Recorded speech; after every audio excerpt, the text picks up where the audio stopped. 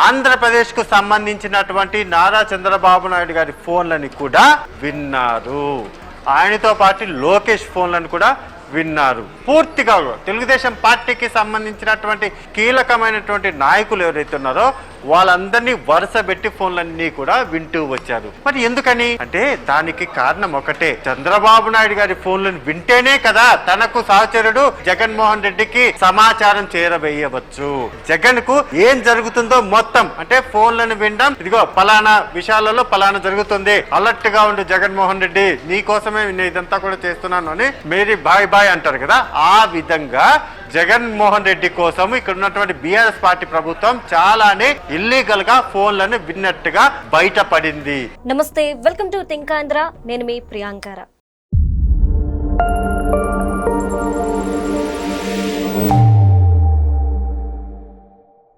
తెలంగాణలో గత కొన్నాళ్ల క్రితం ఒక కేసు చాలా హల్చల్ చేసింది. అదేంటంటే phone tampering. So BRS party ఇది చేసింది అని చెప్పేసి అప్పట్లో న్యూస్ వచ్చింది. అయితే ఇది నిజంగానే జరిగింది అని చెప్పేసి కీలక సూత్రధారి ఇప్పుడు ఒప్పుకుంటూ కొన్ని సంచలన విషయాలను చెప్పారు. బీఆర్ఎస్ పార్టీ వాళ్ళు కవిత ఫోన్ తో పాటు ఇటు ఏపీలో అప్పుడు సీఎంగా ఉన్న చంద్రబాబు నాయుడు గారి ఫోన్ ను కూడా వీళ్ళు ట్యాంపరింగ్ చేసినట్టు, అలానే ఏపీలో కొంతమంది మొబైల్స్ వీళ్ళు హ్యాండిల్ చేసినట్టు చెప్తున్నారు. సో ఎలా చూడాలి? ఇప్పటి వరకు జగన్ చేసినవి కొన్ని మాత్రమే మనకు తెలుసు. ఇప్పుడు బీఆర్ఎస్ పార్టీ వాళ్ళు ఇవన్నీ విని వీటిని జగన్మోహన్ రెడ్డి గారికి చెప్పేవాళ్ళంట.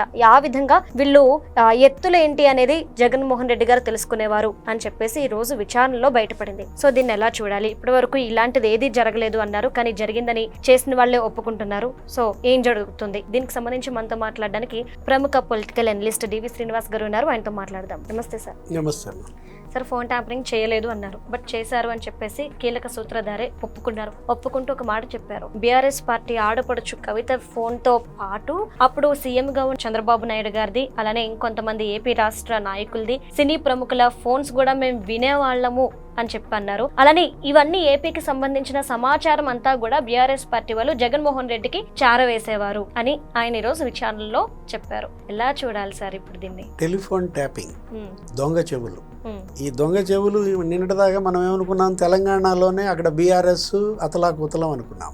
అదేదో కేసీఆర్ లేకపోతే అక్కడ రేవంత్ రెడ్డి ఫైట్ గా అనుకుంటే అది కాస్త ఇప్పుడు ఆంధ్రప్రదేశ్ కు చుట్టుకున్నటువంటి పరిస్థితి. అంటే రెండు తెలుగు రాష్ట్రాలలో ఆ పీరియడ్ లో అక్కడ ఉన్నటువంటి ఆ నాయకుల యొక్క, సెలబ్రిటీల యొక్క, సినిమా నటుల యొక్క, రియల్ ఎస్టేట్ వ్యాపారులు, గోల్డ్ స్మిత్స్ అందరి ఫోన్లు ట్యాపింగ్ జరిగింది. అంటే కేసీఆర్ మొదటి 5 ఏళ్ళు, తర్వాత 5 ఏళ్ళు అటు ఫామ్ హౌస్ కి ఆయన పరిమితం కావడం, లేదా ప్రగతి భవన్ లోనే ఆయన ఉండటం. అసలు రేవంత్ రెడ్డి ఇంటి పక్కనే అసలు వీళ్ళు ఒక పెద్ద యాంటీనా, ఒక పెద్ద ఇల్లు అద్దెకి తీసుకుని అదొక పెద్ద అక్కడ పెట్టారని మిషన్ అంతా. రేవంత్ రెడ్డి కిచెన్ లో భార్యతో పలానా కూర వండు అనే మాటలు కూడా వీళ్ళు విన్నారని. అంటే ప్రైవసీని ఎలా బ్రేక్ చేశారు, వాళ్ళకు అనుకూలంగా ఎలా మార్చుకున్నారు.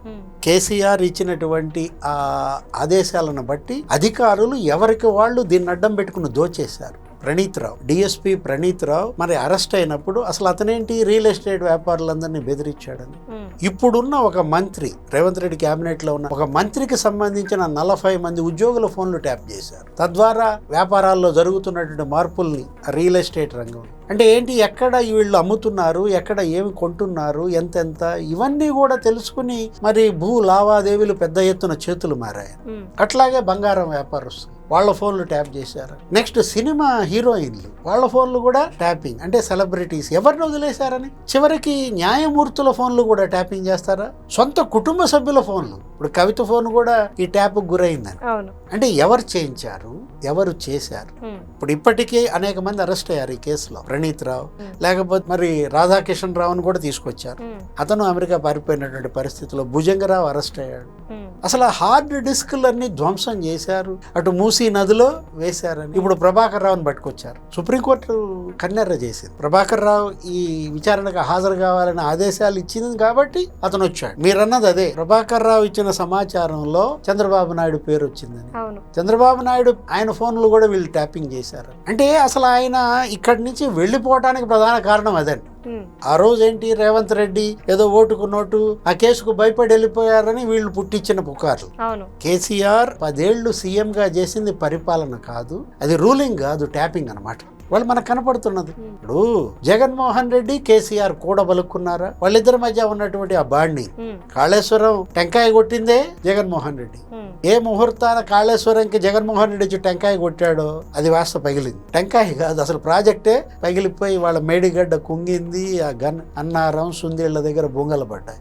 మనం చూసాం ఏంటి, జగన్మోహన్ రెడ్డి కేసీఆర్ ని పొగుడుతాడు, కేసీఆర్ జగన్మోహన్ రెడ్డి పొగుడుతాడు. అక్కడ అసెంబ్లీలో ఆయన చాలా మ్యాగ్నానిటిక్ పర్సన్, చాలా ఉదారవాది కేసీఆర్. మన నీళ్లు ఆయన రాష్ట్రంలో పారేందుకు అనుమతించాడు అంటాడు. మన నీళ్లు ఆయన రాష్ట్రంలో పారేందుకు ఆయన అనుమతించేదో ఆయన నీళ్లు వాడుకోవటానికి అనుమతిస్తాడు. లేదు అదేదో దిశ ఎన్కౌంటర్ లో ఎవరో అక్కడ జరిగితే అసలు ఆ హీరో అన్నాడు ఎవరిని, కేసీఆర్. అప్పుడు అసలు ఆకాశానికి ఎత్తేసాడు. లేకపోతే తెలంగాణ అసెంబ్లీలో కేసీఆర్ జగన్ ని పొగుడుతాడు. నేను జగన్ కి చెప్పాను పోలవరం ఒక అడుగు తగ్గించుకోమని, జగన్ ఒప్పుకున్నాడు అంటాడు. అసలు వీళ్ళిద్దరూ కలిసే ఆ రోజు కూడబలుకుని పరిపాలన చేశాడు. కలిసే ఈ ట్యాపింగ్ జరిగింది. నీకు గుర్తుందో లేదమ్మా, Chandrababu Naidu supreme court chief justice కి లెటర్ రాశారు. అవును, చంద్రబాబు నాయుడు రాష్ట్రపతికి ప్రధానమంత్రికి లెటర్స్ రాశారు. తన ఫోన్ ట్యాపింగ్ అవుతోంది, ఇవాళ దీనిపైన చర్యలు తీసుకోండి అంటే. వీళ్ళలో ఉన్న అభద్రత.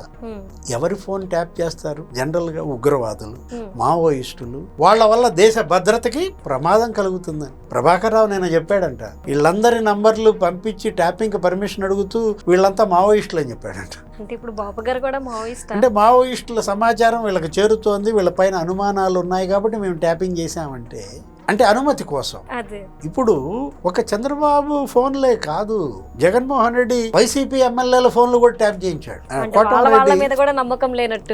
కోటమిరెడ్డి శ్రీధర్ రెడ్డి చెప్పాడు. వైసీపీ ఎమ్మెల్యేగా ఉన్న కోటమిరెడ్డి శ్రీధర్ రెడ్డి ఎవరో ఒక ఫ్రెండ్ తో మాట్లాడిన మాటలు పిఎస్ఆర్ ఆంజనేయులు వినడం, అతను ఫోన్ పెట్టేసిన వెంటనే పిఎస్ఆర్ ఆంజనేయులు ఆయనకు ఫోన్ చేయడం, ఏంటి నువ్వు ఆయనతో ఏదో మాట్లాడావంట కదా అంటే ఇతను ఆశ్చర్యపోయాడు. అంటే నేను చెప్పాలి, లేదు నేను ఫోన్ చేసినాడు చెప్పాలి. పిఎస్ఆర్ ఆంజనేయులు ఎలా విన్నాడు అంటే దొంగ చెవులు. ఎవరిది దొంగ చెవి? చెవులు ఇవాళ గోడ కానిచ్చి విన్నది ఎవరు? ఇవాళ కేసీఆర్ విన్నాడు, కేటీఆర్ విన్నాడు, జగన్మోహన్ రెడ్డి విన్నాడు. వీళ్ళ యొక్క ఈ బలహీనతను ఆధారంగా చేసుకుని అధికారులు అందరి ఫోన్లు విన్నారు. ఇక ఎవరికి ప్రైవసీ అనేది లేదు. అప్పటి కేసీఆర్ పాలనలో, జగన్ పాలనలో ప్రజల యొక్క వ్యక్తిత్వ జీవితమే లేకుండా పోయింది. పర్సనల్ లైఫ్ ని వీళ్ళు మరి వాళ్ళ పబ్లిక్ చేశారు. రేవంత్ రెడ్డి ఏ కూర ఉండాలో ఆయన భార్యకి చెబితే నువ్వు వింటే, అసలు ఆయన ఇంటి పక్కనే యాంటీనాలు పెట్టి పెద్ద ఇల్లు అద్దెకి తీసుకుని నడిపారంటే ఆ ప్రణీత్ రావు దాన్ని అడ్డం పెట్టుకుని. ఇప్పుడు కవిత ఫోన్ ట్యాప్ చేసింది ఎవరు? చెయ్యమంది ఎవరు? అంటే ఊరికే చేయడు కదా ప్రణీత్ రావు, ప్రభాకర్ రావు. ఎందుకు చేస్తారు? చెబితే అన్న చెప్పాలి. ఎవరు? కేటీఆర్. లేకపోతే తండ్రి చెప్పాలి. కానీ తండ్రికి కూడా చాలా విషయాలు తెలియదు. ఎనుకుండి నడిపించిందంతా హరీష్ రావును, కేటీఆర్ అని చెప్పేసి అంటున్నారు. హరీష్ రావు ఫోన్ ట్యాప్ అవ్వలేదా? ఆయనకు కూడా తెలిసి ఉంటదేమో. ఇప్పుడు హరీష్ రావు ఫోన్ కూడా ట్యాప్ చేసి ఉంటారు. కవిత ఫోన్ ట్యాప్ చేసిన వాళ్ళు హరీష్ రావు ఫోన్ ఎందుకు ట్యాప్ చేయరు? అంటే ఫోన్ ట్యాపింగ్ డాన్ ఎవరు? ఫోన్ ట్యాపింగ్ వెనక అదృశ్య శక్తి కేటీఆర్. ఎవరో ఒకళ్ళు అక్కడ రాజ్యాంగేతర శక్తిగా ఆ రోజు ఏది కేసీఆర్ ని ఫామ్ హౌస్ కే పరిమితం చేసి, ప్రగతి భవన్ కే పరిమితం చేసి మొత్తం ఈ ఆటంతా కేటీఆర్ ఆడాడా? ఇప్పుడు కవిత మనం చూసాం అక్కడ లిక్కర్ స్కామ్ లో చిక్కుకుంది. ఆమె జైలుకి వెళ్లాల్సిన పరిస్థితి వచ్చింది. ఇవాళ కవిత జైలుకు పంపింది కూడా వీళ్ళేనా? ఆమె వాట్సాప్ చాట్ ఎలా బయటకు వచ్చింది? మొత్తం అంతా కూడా అంటే ఇంటి దొంగలను ఈశ్వరుడు కూడా పట్టలేరు అన్నట్టుగా ఇవాళ ఆమె మరి ఫైర్ అవుతుంది. ఇది కవిత తనే చెప్పింది. ఏమని? కేటీఆర్ వాళ్ళన్న బీజేపీ కోవర్ట్ అని, లేకపోతే కేటీఆర్ ఆమెని రేవంత్ రెడ్డి కోవర్ట్ అనొచ్చు. ఇక్కడ ఇది తెలంగాణ పంచాయతీ. అసలు ఆంధ్రప్రదేశ్ లో ఏం జరిగింది? ఆంధ్రప్రదేశ్ లో కోటమిరెడ్డి శ్రీధర్ రెడ్డే కాదు, నీకు హైకోర్టు జడ్జీలు, ఏపీ హైకోర్టు జడ్జీలు వాళ్ళ ఫోన్లు ట్యాప్ చేశారు. వాళ్లే ఆవేదన, న్యాయమూర్తులు ఆవేదన చెందారు. అంటే వాళ్ళు వరుస పెట్టి అప్పటి జగన్మోహన్ రెడ్డి ప్రజా వ్యతిరేక నిర్ణయాలు తిప్పికొట్టినందుకు ఆ ఆంగ్ల మాధ్యమం పైన తీర్పు, లేకపోతే ఈ 3 రాజధానుల బిల్లు విషయంలో ప్రతి ఒక్క తీర్పు వాళ్ళకి వ్యతిరేకంగా వచ్చిందని జడ్జీల ఫోన్లు ట్యాప్ చేస్తారా? జడ్జీల పైనే అసభ్య పోస్టులు పెట్టారని అది ఇంకో కేసు, సిబిఐ. అంటే ఇప్పుడు ఈ ఫోన్ ట్యాపింగ్ కేసు ఇది అసలు సిబిఐ టేకప్ చేయాలి. ఇది రాష్ట్ర ప్రభుత్వ సంస్థలు చేస్తే తేలేవి కాదు. సిబిఐ ఎంటర్ అయితే తప్ప ఇందులో వాస్తవాలు బయటకు వచ్చే అవకాశం లేదన్నమాట. ఇప్పుడు అటు తెలంగాణ, ఇటు ఆంధ్రప్రదేశ్ ఇవాళ 2 రాష్ట్రాలు అనేక పార్టీలు, అక్కడ జగన్మోహన్ రెడ్డి పార్టీ, ఇక్కడ కేసీఆర్ పార్టీ అప్పుడు అధికారంలో ఉంటూ ప్రతిపక్షాలను ఏ విధంగా మరి వీళ్ళు ఇలా అభద్రతకు లోనై ట్యాప్ చేశారనేది కనపడుతున్న పరిస్థితి. దీనిపైన ఉన్నత స్థాయి విచారణ కేంద్ర ప్రభుత్వం చేయించితే తప్ప ఇవి నిజాలు బయటికి రావు. Thank you so much. నమస్తే.